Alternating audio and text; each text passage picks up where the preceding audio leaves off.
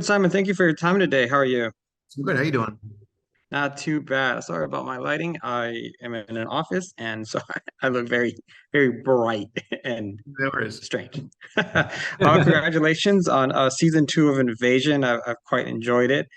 Thank you. Um, I think what I really enjoy most about it is just the confidence and the trust you have in your audience to hang with you in the development of the characters, which has been great.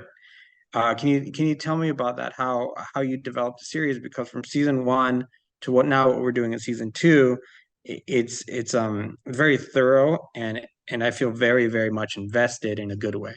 That's cool. That's awesome to hear. Thank you. One of the things that really appealed to me about doing television, having done really mostly features over a 20 plus now year career in film and TV, what appealed to me is that you could stretch out how sort of in a way vertically you could go with characters, how deep you could go into character stories. In movies, you've got 2 hours, 2.5 hours at the most when you're telling a science fiction story.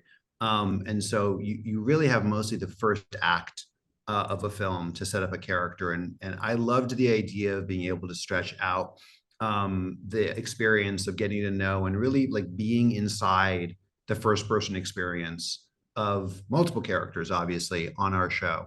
And that was one of the reasons why for me this was from the beginning always a television show and not a movie. That it was to do a global alien invasion show where you are ground level immersed in the minute to minute, day to day reality of what that would be. Really appealed to me. It's really interesting because if we were in this situation, in the situation that they find themselves in, that's exactly what we would see. We wouldn't run into the aliens all the time. We wouldn't run into the mothership.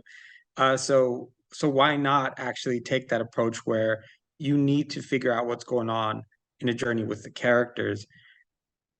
Yeah. How ha Well, no, I'm just agreeing with you. I mean, I think mm, that's like, there's so many alien invasion stories where you see it from the presidents, you're in the Oval Office. You've got access to every sort of eye in the sky looking down at things, or you are with somebody incredibly heroic or somebody, who has privileged information. And we don't live with privileged information despite social media. And so I wanted to really feel as though for the audience, you were scared, confused, titillated, and leaning forward, wanting the characters both to figure out what's going on and hopefully to survive because you cared that much about them. yeah, and now for season two, you guys did open the curtains just a little bit and a Yeah. little bit more as we went along. What was that discussion like, and how much did you want to reveal, going from such an intimate season one to now a season two where it's like, okay, this is really what's going on. This is what your government's doing, and this is what's happening above you or around you. Yeah, I mean I'd always envisioned season one as sort of the quiet before the storm, was day one of the invasion. The sort of what's happening, and uh, how do we take care of the people that we love the most?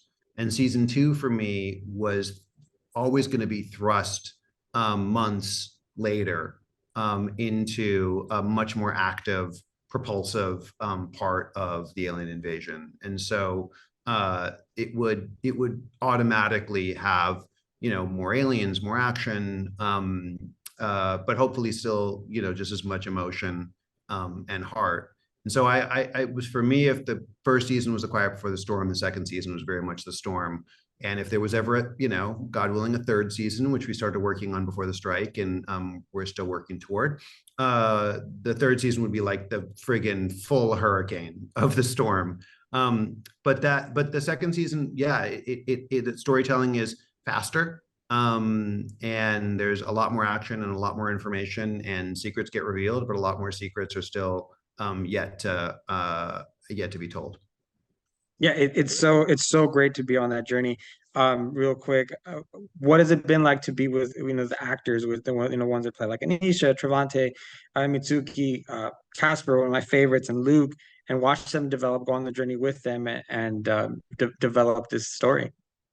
It's been amazing. I mean, the show has an extraordinary wealth of acting talent, and some of them, were really experienced actors like Golchifta, and Shamir was an experienced actor, and Shioli, but then we got lucky with some really great young actors, like Azzy, and Billy, who plays Casper, and India Osborne, who plays Jamila. What's been amazing is to see how much they have taken ownership and authorship over their characters, and then they've lived the life of those characters for many, many months, each season. And they have like really strong, nuanced perspectives, on those characters. And as a writer myself, having worked with so many actors over my career as a writer and as a producer and as a director, the best thing, the thing you want from your actors, is a strong point of view, because you're never the person who's living in literally the clothes, the hair, the reality of those characters the way an actor. And so that's been really fun. That collaborative back and forth has been a really fun and really fruitful part of making the show. Simon, thank you so much for your time. Congratulations on season 2 as we wrap up. We got 2 more episodes to go, and hopefully we get that season 3 to get that exciting season that you were talking about earlier. Thanks, Ben. Good talking to It's you. nice chatting.